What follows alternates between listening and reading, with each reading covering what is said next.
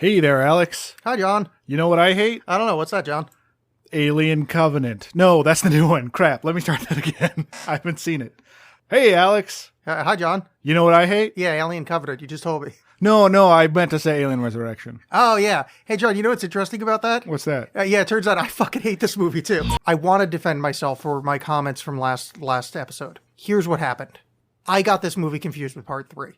As I was watching it, because I remember I said it was the Whedon-esque stuff. I remembered the guy showing up on the ship, like the kind of Serenity crew. Mm-hmm. But then it went into like a weird lava thing, and that's where Sigourney Weaver dies at the end. I just conflated the two movies, combined them into one. Well, not really. I just remembered the Ron Perlman crew, and then pretty much the plot of Alien 3. Yeah. So my defending of this film, or at least referencing that I liked it last week, no discussion of this movie quite yet, but I would just like to go back in time for the people that have listened to both, and please ignore that guy from last time. I do not stand by those statements. Yeah, I will add the caveat, if you want to be a jerk about it. And I do. For this review, in that I actually like 3. And that being said, I haven't seen 3, I think, since I was in junior high. Because I've enjoyed it, and then I'm sure it's terrible, but I'd like to just keep enjoying it, remembering what I enjoy about it. And I'm sure some parts that will come up as we talk about it. But Alien Resurrection, the 4th of the Alien series, not the best one. And I'm going to go ahead and include Prometheus in that. I would say Prometheus is a whole different level of bad. But if you're just going to take, and right now, we don't know what, as of this recording, we don't know how it's going to tie Prometheus to the rest of the series. Apparently it's supposed to do that, I guess. But anyway, going by the first 4 Alien films, the quadrilogy, as I believe the DVD set is called, it is the worst one, by far. Yeah, agreed. I haven't seen 3 in a bit, but as I was watching 4, remembering all the spots that I liked from 4 that turned out weren't in the movie, yeah, 3 is much better. So it's like, hey, where's all the good stuff that I recall? So essentially, and almost by necessity, this one is a fan fiction film. The plot of it is that it's 200 years since the last Alien, since Alien 3. And a government organization, a military organization, has been cloning Ripley in an attempt to get the alien that was embedded in her out. And we are introduced to the 8th version, I guess. She has the number 8 tattoo on her. Correct. Yes, she is the 8. Yeah. She has been the most successful and can absolutely remember anything about being Ripley for some reason. So they harvest the alien from her. They keep her around. This ragtag group of marauders, space smugglers, pirates. Yeah. show up to deliver some cargo, which we'll get to that in a moment. Yeah. And then, of course, the aliens break out. All hell breaks loose. Yeah. Alien movie. Featuring Winona Ryder and Ron Perlman, Brad Dourif, Dan Hedaya. The bad guy from The Crow. The bad guy from The Crow. That guy from City of Lost Children, whatever his name is. The fish-faced French guy. Yeah. And directed by the director of City of the Lost Children, Jean-Pierre Jeunet. Director of City of the Lost Children, Amelie, Delicatessen. What's interesting, well, not so much interesting, but it's something that I will add right here, is Amelie and City of the Lost Children, 2 of my favorite movies. This one you'll notice not one of my favorite movies. Allegedly, he did not enjoy this movie so much that he refused to make another movie in America. So he went on to go make movies like Micmacs, which really is one of the Frenchest movies I've ever seen. So it really let him stretch out and get just as Frenchy as hell. And written by Joss Whedon. Yes, and also featuring, who's the tall kind of weird guy with the odd accent? Oh, J.E. Friedman. Oh, J.E. Friedman, Eddie Dane. Okay, so J.E. Friedman I got him confused with, who's the guy from Part 3 that kind of looks like him? Bald guy. That's everyone in 3. Charles Dance. No. Pete Postlethwaite. Oh, yeah. They're both kind of tall, big-nosed, bald. I don't think Pete Postlewaite's that tall. He comes across as tall. That's just how British he is. Yeah, well, that's probably the height. But anyway, that's why I got confused. So, from the background of this, so I was reading some behind-the-scenes stuff, and it turns out that this was just one of those kind of disaster movies where the studio had one idea, the writer had another idea, and the director had a third idea, and none of them coalesced. At least that's kind of the background story that I read. And I think that comes across in a lot of the really, I don't even know how to describe the tone of this film. Alien and Aliens took sort of a B-movie concept and elevated it a bit, and he just drug it right back down. It feels a lot more like a crappy horror movie, and in some ways, a lot like some of the comic book crap that we have now, or where it sort of descended to, where no one ever feels like that. It never feels like anyone's really in any danger. everyone is just quipping at each other the whole time. Or you know what I mean? Like really enough, those are also written by Joss Whedon. Yeah. And nothing, there's no real drama. There's no, characters are all just sort of basic archetypes. You look at the Space Marines in Aliens to the crew of the Betty. And somehow, I don't know if it's performances, the director, which I find hard to believe because James Cameron doesn't have human emotions, but like they were more people. They were more human than the crew of the Betty, I think. Yeah. Well, this is one of those comments from Whedon. He said, like, they used my dialogue, but they just pronounced it all wrong. They directed it all wrong. He had this whole run where he describes what went wrong. Where he blamed everyone but himself, which was pretty impressive. Yeah, true. But I think he's got a good point because, like, the dialogue is so weird and he writes really good dialogue. And I think they just didn't understand the tone. And I think they were trying to play funny lines straight. See, I disagree. I felt like that it was very Whedon tone. I thought the awful, crappy jokes were delivered awfully crappy. No, the Whedon humor I thought at some point came across, the quips came across, didn't say humor, but like I just think some of the dialogue it feels like it wasn't done the way that he wrote it. Like there was just, I don't know, just something felt like stilted or one something. Thing he specifically brought up it was probably the same interview that we read. We was talking about the casting and how somehow the casting of Brad Dourif as the scientist ruined the surprise of the scientist being crazy, which, granted, it's Brad Dourif, so he is right that when you see Brad Dourif in a movie, generally you have an idea of what that character is going to be. Yeah, he actually, I hate to admit it, but he's got a point there. I disagree because like the scientist was never, it never really felt like a twist. And I don't think if you cast it as someone else that it would have felt that way. Oh, the scientist yeah, pretty, okay, and again, like I'm not necessarily blaming him because as we said, everyone had a different idea with this movie, but I just don't agree with that point because pretty much right from the get-go, the fact that they're like trying to train aliens, you're like, well, that's terrible and that's not going to go well. The twist that he's like, I'm also really insane about it. Okay, who cares? Yeah. It didn't really matter. Yeah, fair enough. I think, I shouldn't have said the twist part. I think it kind of ruined the character turn. And not that there's a character turn, but like, there's no character development because the actor is there. That it's like, you don't get to watch him kind of move from having a sane exterior to insane because you know it's going to happen because he's cast. I agree that was his point, but I don't think that happened in the movie. I don't think he ever turned, and I don't blame Brad Dourif for that. I just don't think whatever was was. Yeah, I mean, never... it's not like I blame Brad Dourif. Like, he's a great actor. I actually have a note on here. Is by far my favorite That Guy actor. Yeah. And may I add, not Andy Serkis, who I get him confused with every fucking time I see him. Oh, I can see that. Yeah. No, I just more mean, like, if it was an actor that's more known for, like, stable roles. I think that weird scene where he's, like, making out with the glass, which is dumb because that's a guy that's known for doing crazy shit. So if it was like more of like a stable actor, I think that scene would play more like I think Joss imagined it when he wrote it. Fair enough. You know, because it's like, well, look at this stoic scientist character is now being fucking bananas. Yeah. With an alien. Then it's like carries more weight. Not that it's a big reveal. Yeah, it would be a more interesting scene with if they casted someone that you wouldn't like. If you saw Brad Dourif in anything, if it's like he's in Tombstone, right? No, he's in Deadwood. If at some point in Deadwood he just starts making out with glass with a monster on the other side, I would go, yeah, that makes sense. Yeah, totally. Why not? Totally fits the character, even though it doesn't at all. Yeah. But it fits him. You know? It's Powers Booth, not a monster. Yeah. Starting from the beginning, so I'm watching it and I literally wrote great opening sequence, really gross and creepy. I really like the opening run. Well, are you talking about like the credit sequence? Yeah, that's also interesting because and this sort of leads to my whole thing about it being a fan film is that, traditionally the Alien movies have opened in the darkness of space.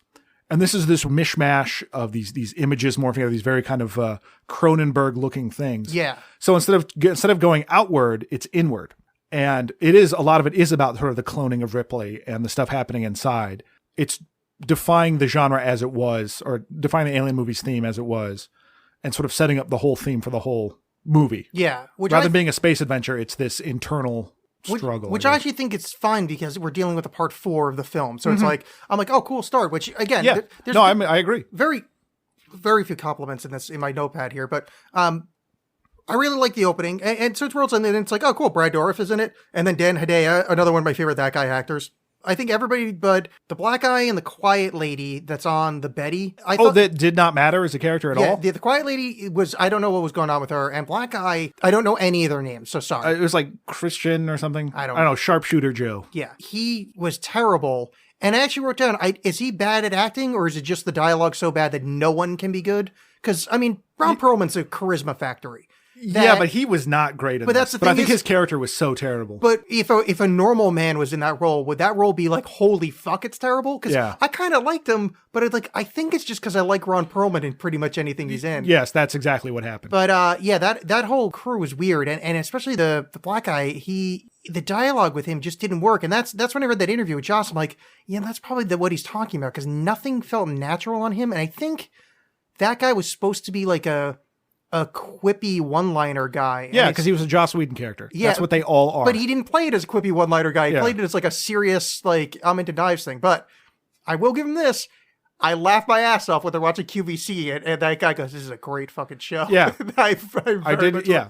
The cartoony Ricochet bit was a bit like, that's a comic book movie, what we have now. This is where it starts falling apart for me. And because it's like, oh, introductions are kind of strong, but like the first act is okay, like this is introing a movie that might be pretty good. And that part made me go like, oh no. But we're skipping over a giant thing here before that scene even happens. Basketball. There's a scene where Ripley is playing basketball because why wouldn't she? You know, we all know from those other movies her huge history of being a mad baller. That was weird. And okay, the only thing I could think that happened there was that was a studio thing. Yeah, I don't know. Because Joss Whedon is not a basketball person. No. That had to be a studio note. But it just felt like that's the kind of, it just hit those notes of being, oh, well, here's this, you know, this quiet badass, not going to say anything. And they're going to show their prowess and their badassness by schooling someone in some non-consequential thing.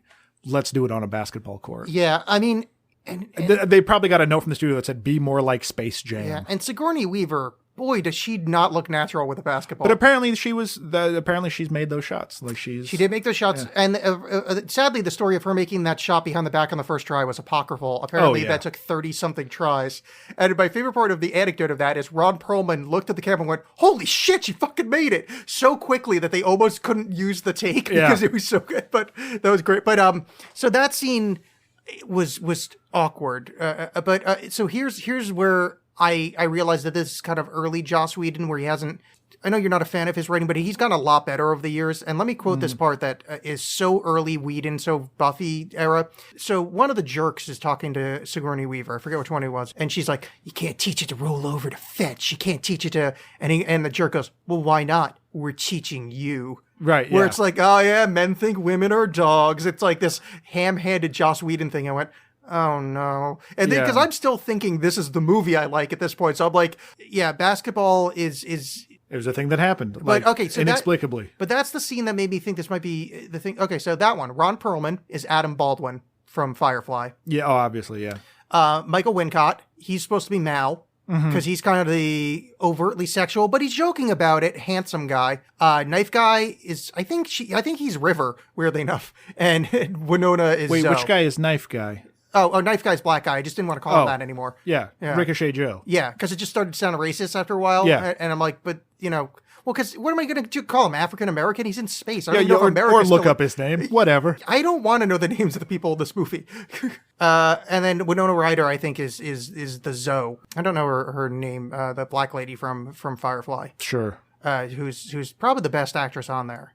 Agreed. I would. Yeah. The one that's married to witty guy that was Wash. Yeah, Wash. Yeah. Yeah. Okay, so I'm like, oh look, they're setting up the Betty as like not setting up as Firefly, but it's like, oh look, these are early Joss Whedon tones, and I like Joss Whedon, so it's like, okay, this is gonna be good. And here's I can tell you the exact point that this movie turned for me. I'm gonna put a cube of scotch and then shoot a laser at it to turn it to scotch, because you know what's more efficient than that. Just having scotch. Anything. Because scotch doesn't go bad. You don't need to save it in cube form to put it in space. Because you know what liquids do? They fill the space they're in. Mm-hmm. You know what cubes don't? They don't do that. Oh God, that annoyed the shit out of me.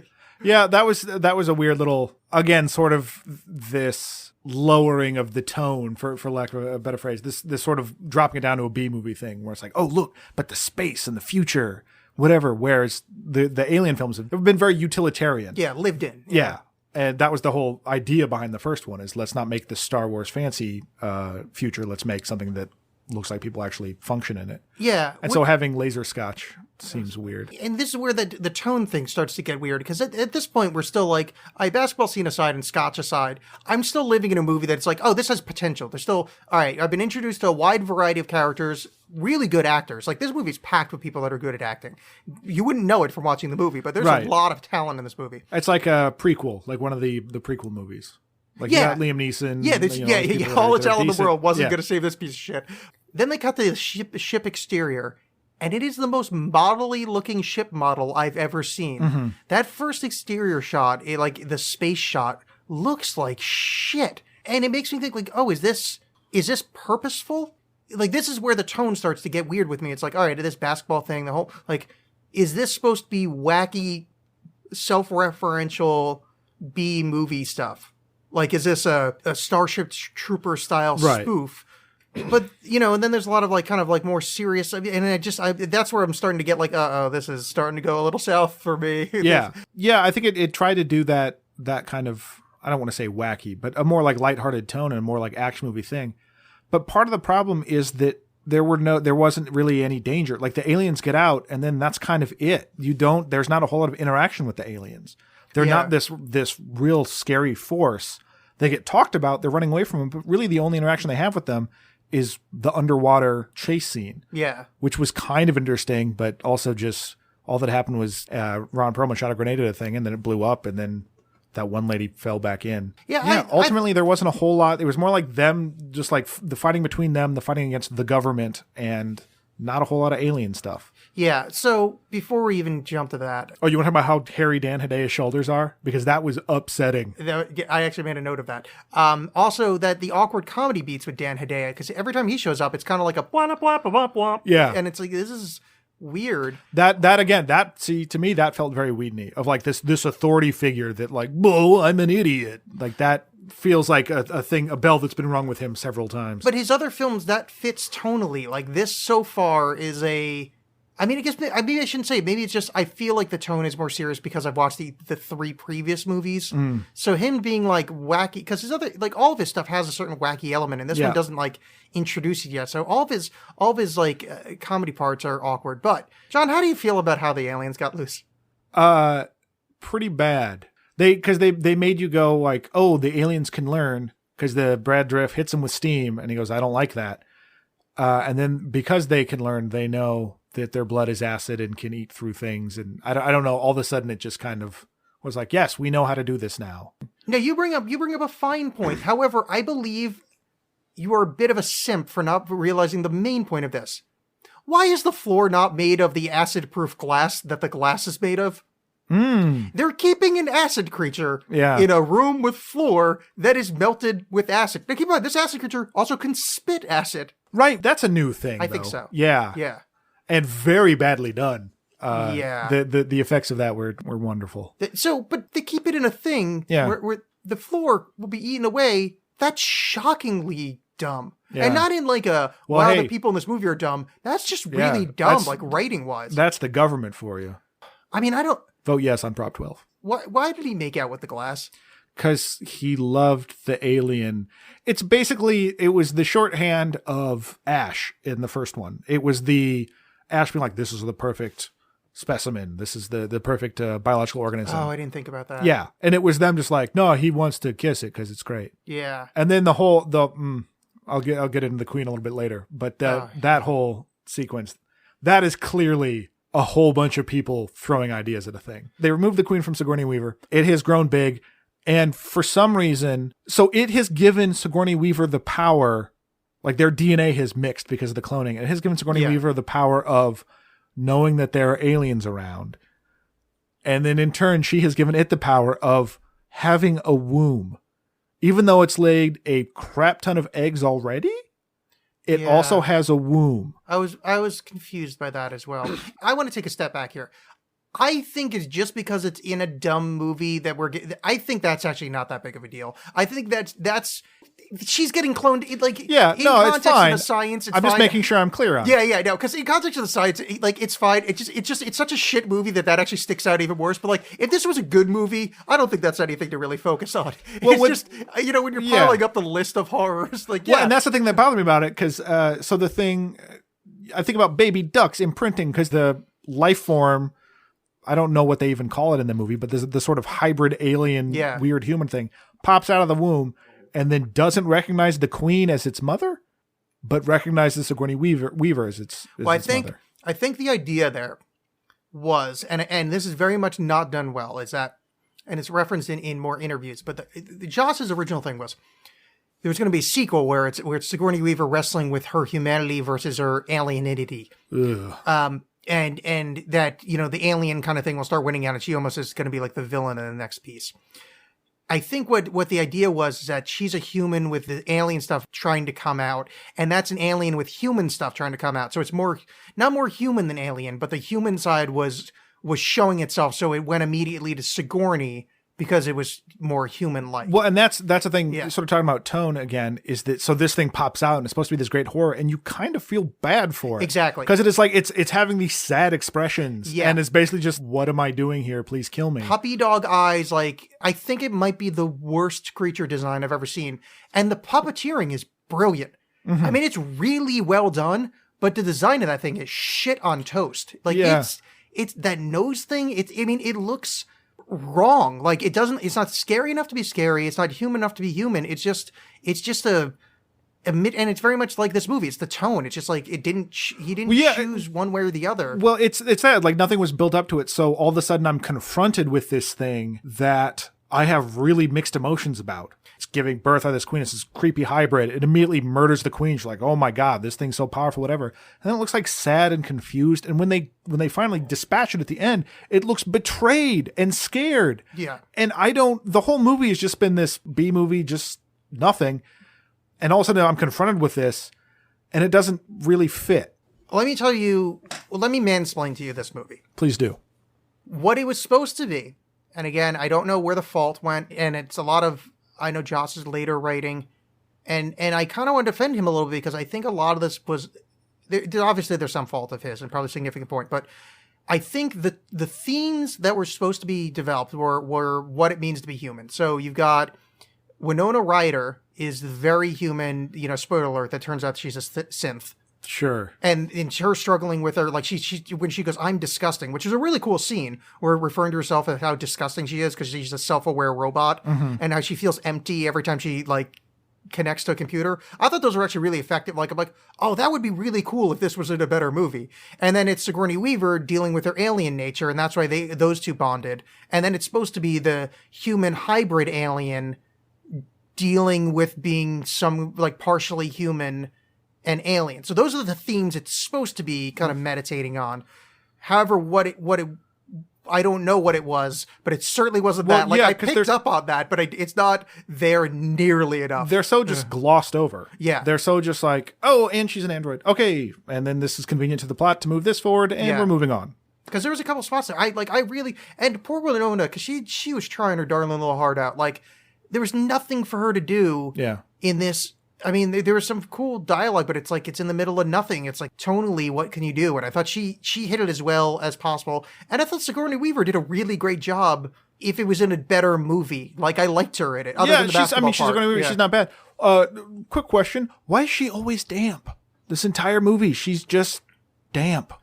I think that's supposed to be a reference to her kind of being alien. I guess. I don't know. I started just thinking about it. I'm like, is it hot in there? No one else is that sweaty. Well, because the aliens are always like dripping with weird, like they're drippy and. That could be. That's my only thought was it was something along those lines. Oh yeah. So Winona Ryder, I really like the bit where her refusing to connect to the computer because she makes her feel empty. I was like, oh wow, that's really cool. Like, you don't hear that. It was like a really nice point. I'm like, man, if the rest of this movie got that tone, this would be interesting, but it's not. So I think we're at about this part of the movie. Here's one of the few action parts I liked.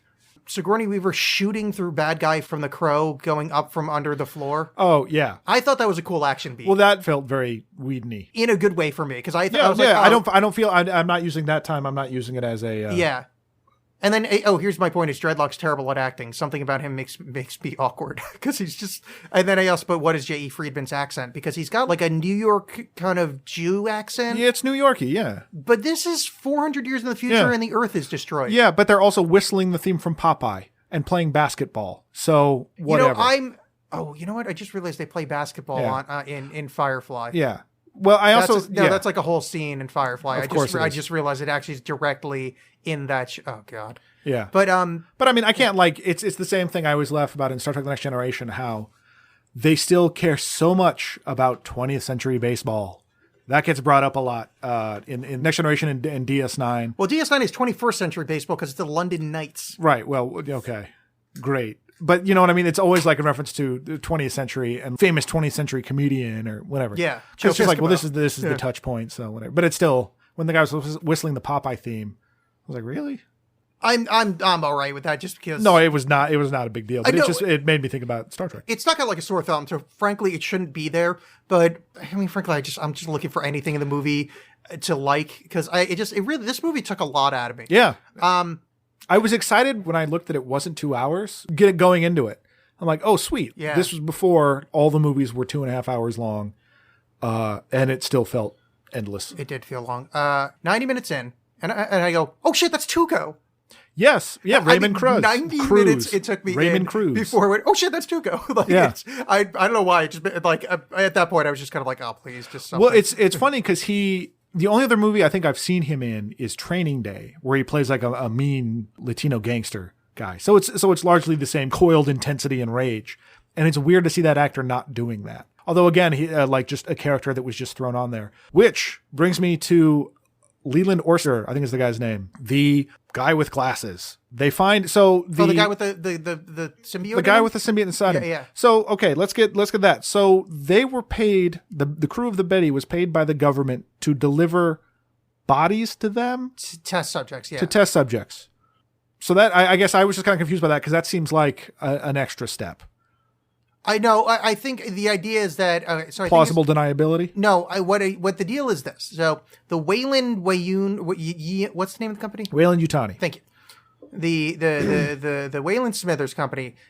They are sending out people to mine in a colony. So they send out people that they know, I guess, won't be missed because they're like miners, or whatever. And then they pay pirates to rob to hijack the ship. Well, I was largely under the impression that Weyland-Yutani didn't really exist anymore. Did I miss that? Because like there's a reference to. Oh, I thought. Because they're the military, and I could be wrong, but I thought there was a line of dialogue that just kind of like threw away, like, oh yeah, this company. Remember them? You know, I may have just put that in there, but either all right. Which added to my sort of fan theory. All right, instead of Wayland Smithers, it's the government. But the idea is that they're sending them out to a colony, then they're paying the pirates to hijack the ship and give them while they're still in stasis. And I guess so the government can go, oh, the ship exploded or whatever, and so they don't have to like fill out any paperwork. It's just it's an easy way to get bodies without anybody noticing.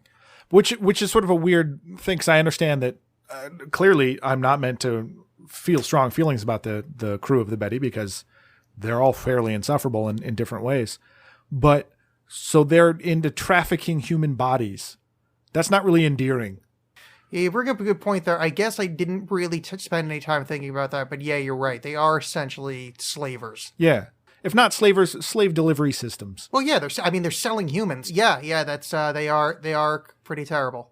Yeah, but I mean, I didn't need that to make me not like them. That just didn't help. I found Ron Perlman, he was okay, and Wheelchair Guy was okay. Wheelchair Guy was okay. Again, I think for me, bolstered by previously liking them.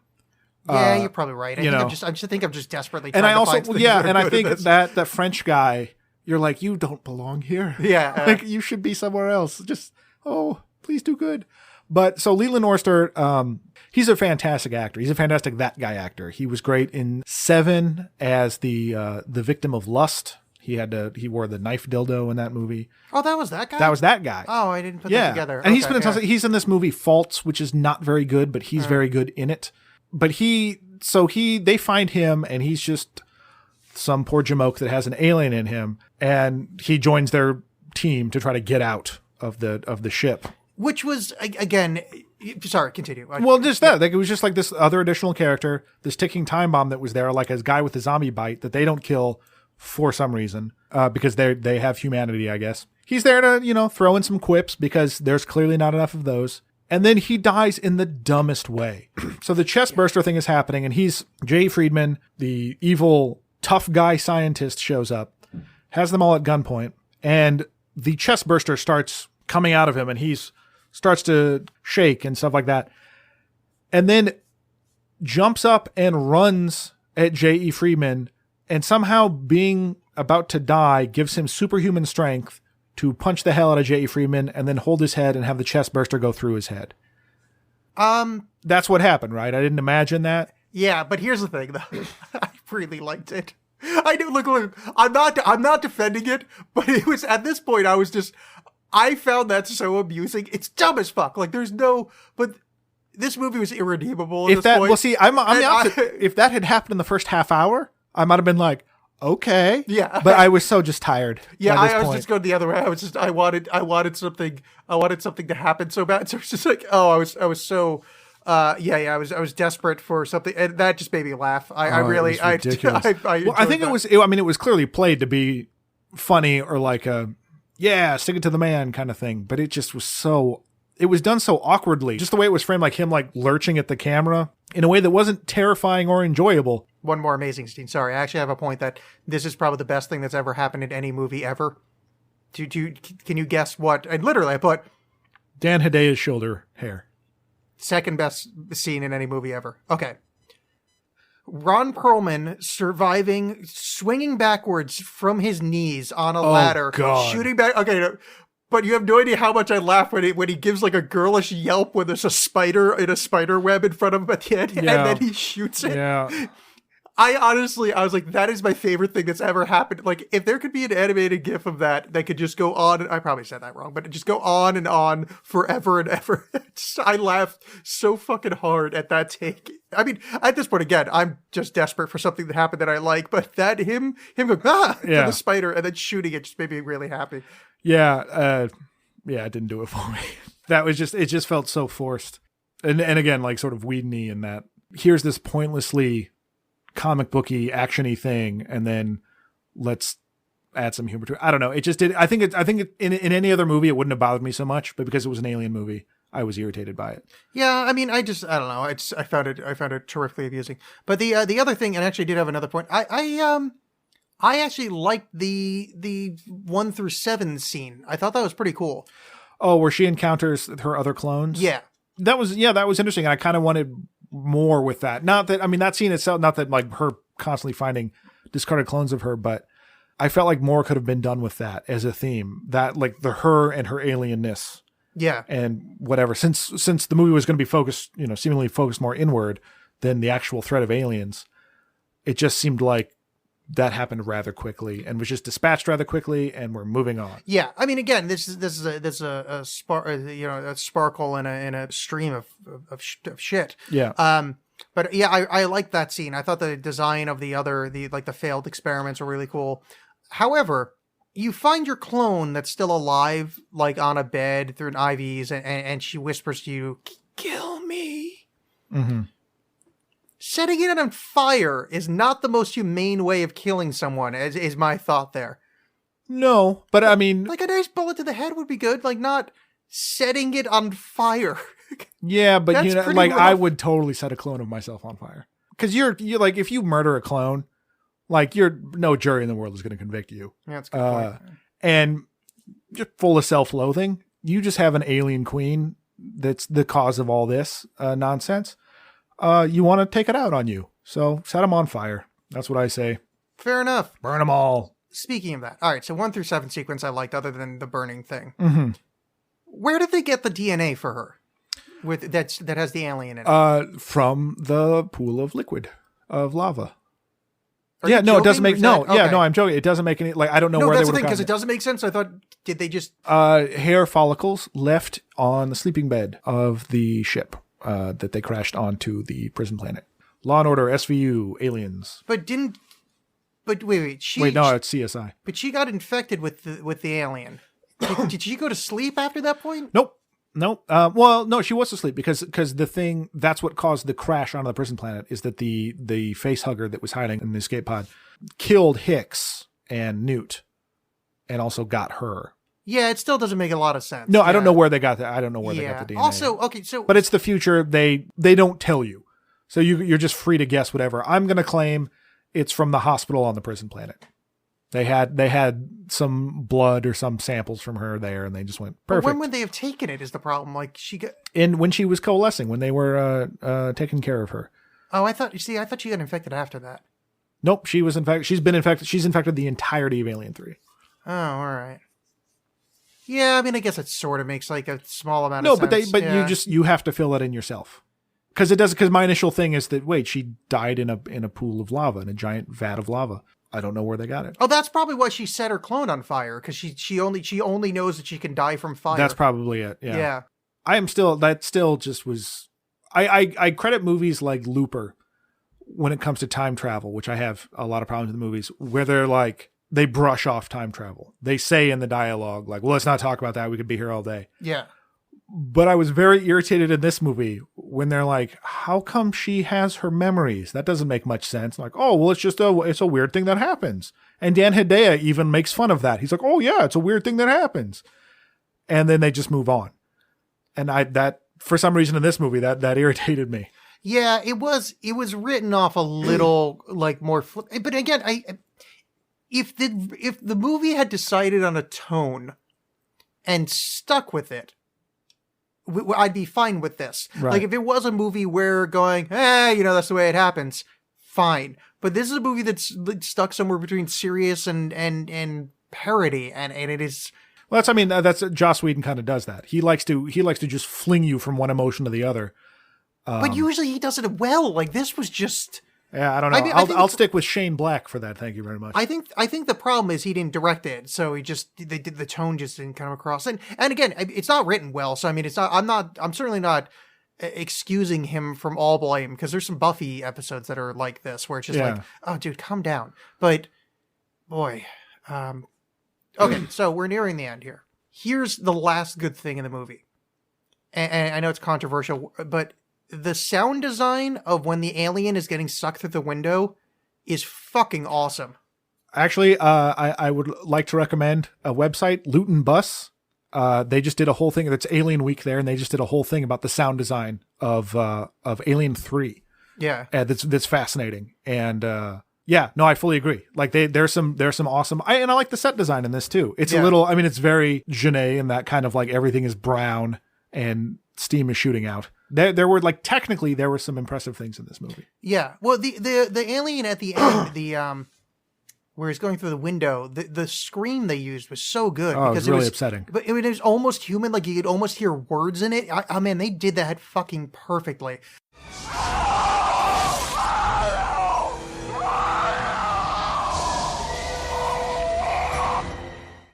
Like you can almost hear it say, oh no, but I don't think it's actually saying it. And again, man, I wish this movie was better, because that would have been fucking great. Yeah. If we just watched a movie where that thing is like almost like a Frankenstein-esque thing, where it's struggling with its humanity versus it being a monster and trying to figure out if it has a soul. And some of the tropes I referenced earlier actually worked. And then we saw that thing get sucked out of a window, which was, looked badass. That was cool as fuck. And that noise was so fucking good. Kind of going back to tone and whatever, I think one of my big problems with this was Ripley. That obviously it's not Ripley, it's a clone of Ripley, but there were so many un-Ripley things that she was doing. Like her being a badass in Aliens was like showing off that she could run a power loader. And that was like, see, I'm just as good as you. I can do stuff. And then when time came to it, getting a gun but like you see the whole thing of Hicks teaching her how to shoot, all that stuff.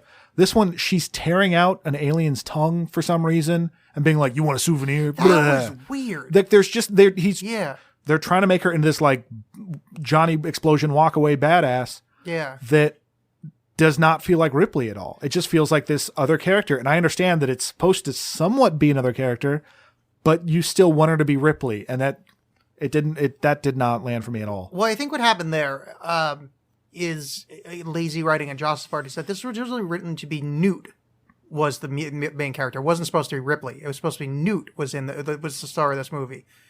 Which is why they hired Joss, because a young badass girl who was supposed to have part alien blood. It was supposed to be like a Buffy kind of eventually thing. Make out with another girl for feminism. Exactly. Yep. I think some of that stuff got through too many drafts, and I think a lot of it that would make sense if it was a young badass girl with superpowers, not this lady that we've lived with for 3 movies already. And I would have granted that. I would have been a little bit more on board with that if it was. Again, like it would have felt like the fan fiction-y thing, but it wouldn't have been like, well, this isn't the character that we've known. No. So we're hanging out at the end of the movie, and this is where I think a lot of it, it was so off the rails. I don't think I've really processed how dumb it was. So they plotted a course to crash land in the atmosphere. Is that what happened? They plotted a course to crash land the ship into Earth. It didn't make sense to me because it seemed like they were plotting a course to crash it. Because they said crash it, but not like it'll burn up in the atmosphere. Well, because it exploded, but it looked like it exploded before it hit the Earth. But also beyond that, one, I don't know why you wouldn't just aim at the moon, because that's right there. But two, aren't there people on the Earth? Yes. So why would you think that's a good thing to do? Because it landed in a place where the some of those people were, the less good people. Like London? Yep. Big, Joss Whedon hates the English. Big Scottish fan. Yeah, he's Scot-Irish, he's ginger, Right. No, I don't know. Because I think, like I said, it's unclear whether the thing burned up in the atmosphere. With a ship that size, that seems kind of... Well, they did they exploded. It was like a nuclear explosion. Right. It was what was shown and kind of the noise, but it seemed like it impacted the atmosphere instead of the planet. But either way, they made a reference, I don't remember if it was in the movie or the articles, that the Earth was destroyed. Earth wasn't destroyed. Well, I think it was supposed to be, because that's why Winona said, I didn't expect it to be, when she said the Earth is beautiful. And she goes, I didn't expect it to be. Because either in the movie or I guess it was in one of the articles I was reading, apparently the Earth was destroyed. Or ruined in some way. Yes. And that's because if that wasn't in the movie, it was in the article, why would that dialogue still be there? Why would Winona go, I didn't expect it to be? Who knows? I mean, there's some of those articles that I read, were saying that Jean-Pierre Jeunet didn't speak English. He did. During the making of this movie, which I'm sure that clearly shows. But so there were the original endings, there's a bunch of different endings, and they all were around the fact that they wanted to land on Earth and have the final act be on Earth with aliens there. And Sigourney Weaver refused the sequel that was going to be on Earth because she said, well, I just don't want to see it with aliens in a hayfield or something like that. It just kind of ruins everything. And I went, that's the best thing I've ever heard an actress say ever. God bless you. I think that's pretty great. Because I agree. Now, granted, I have not seen the Alien versus Predators movie. Any of those. I have. Yeah. Are they in a hayfield and does that work? Are there two of them? There's two of them. I don't remember. I remember the At one. Least. No, they're in a pyramid in Antarctica. That was the first one. I think in the second one, I think they go stateside. Okay, I've only seen the first one then, and it was totally watchable in a if you accept the fact you're about to watch a movie called Alien versus Predator, right? It's terrific fun. It is in no way a serious or it's. You have to walk into it under the auspice of this is going to be two universal. You're basically monsters. going to watch a video game. Yeah. Very, very watchable in that sense. But this movie sucked, John. Yeah, it's not good. And I'm not going to apologize to you to having made you watch it because we did need to watch a movie for this. But I'm slightly sorry this happened I truly thought this was going to be an episode where I was going to go in and go, I fucking love this movie. And boy, was this not part 3. Yeah. I really wanted to like it, and it just very quickly showed itself to be nothing that I could really take home. It sort of felt like I would not be surprised if you had made this up. If this was actually the case and you told me this, I would fully believe you. With Hellraiser, a series of movies that went downhill really quick, the last one, the one that just came out, they made simply because the studio needed to make something in order to retain the rights to the franchise. Oh, like the Corman Fantastic Four. Yeah, basically. Yeah. And so if you had told me that that's why this Alien movie got made, I would 100% believe you. Yeah, it's weird. And the thing is, it looks like it was expensive for the time. Oh, absolutely. Yeah. It looked like did you look up, was this a flop in the box office? I don't think it did that great. Because I know it's universally panned. Because of the new Aliens coming out very soon, or it already came out, there's a lot of articles about this movie and saying how much it sucks and how it's universally reviled. And I didn't look into what it did in the box office. I don't remember it being known as this shitty when it came out. I don't remember it being well loved when it came out, but but it wasn't one of those it immediately was known as this flop, because sometimes those come out and you're just it's just known to be this garbage fire. But because I remember the toys did well. I remember the Queen with a Vagina toy that McFarlane made was quite cool. I think I may have even owned it. It had a vagina? The Vagina Queen from the movie. Like the one with the womb, I guess. Sorry. Yeah, I shouldn't say vagina. It's a womb. Yeah. It debuted in number 2 at the box office behind Flubber. Well, Flubber was a huge movie. Yeah, and its first 5 days, 60 million over the weekend for an average of whatever. It's the least successful of the Alien series on the North American continent. It was well received internationally, so that's the way most movies work now. Wait, 60 million over the first weekend? 47.7 million. That's just total. That's total. 16 million over the first weekend. What does it say what it was made for? Because in back then money, this was probably a successful. It did well. With a gross of 113.5 million. Yeah, and this was probably made for what back in that day money, 40 million maybe. Yeah, maybe it's 50 million. I'm seeing 70 million. Oh, oops! Because I looked in Alien 3 again because I desperately just want it to be 70 million. So it did really well. Yeah. When all is said and done, it made 46 million. Sure, if you want to do math about it. Not bad. I mean, you can see why they made more, later. It got $3 of my money. 10 years later, I think. When did Prometheus come out? At least 10 years later. Because they haven't really, other than the Alien versus Predator movie, you haven't seen another Alien movie since that one. Yeah, there's Alien versus Predator, yeah. But there's also Alien versus Predator. Right. And Predators, which has nothing to do with Alien. Oh, yeah. Let's not watch that one. Have you seen that one? I saw that in the theater. Yeah, so I saw it at the second run theater, and I fell asleep. And I fell asleep and missed the entire Lawrence Fishburne bit.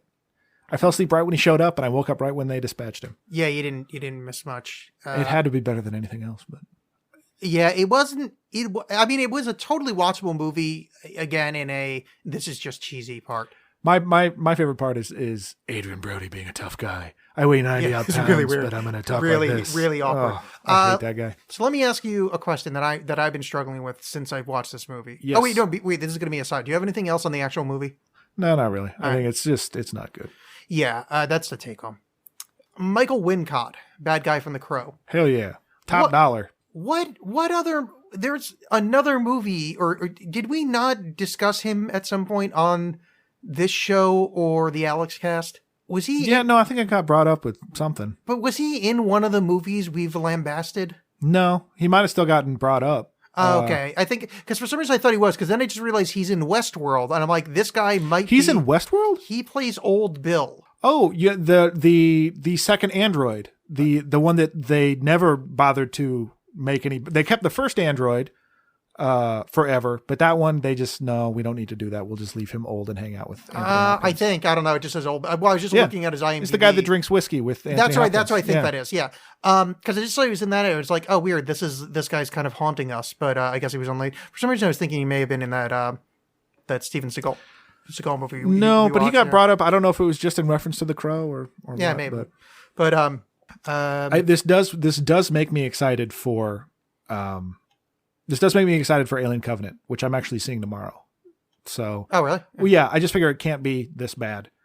Prometheus is worse, but like I said, I don't really count it as it's tangential to the Alien thing. Yeah. Or as Joss Whedon said in an interview, meaningless. Yeah. Blah. He gets paid money. Well, Joss Whedon, I compare him to Hemingway, and not ability, but he's a shitty person that I like his art. Joss is irritating. I don't follow him on Twitter. I don't want to know his opinion. No, I know. That's what sucks about this age is that like there's so many people that like I liked, and then like you see them on Twitter or something. Yeah. And you're like, oh gosh, like I don't even want to get into it. But yeah, there have been several people that I'm like, I actively like your work, and then like I see them on Twitter and I can't shake that knowing these things about them, Yeah, I'm good at drawing that line because there's a lot of just like Fatty Arbuckle's ruined for me forever. Alien, yeah, I think that's everything in the movie. Yeah, I mean, I can't stress enough how much I wish this was part 3. And I'm not going to say that I would like part 3. I just really wish this was it, because that's what I thought we were going to watch.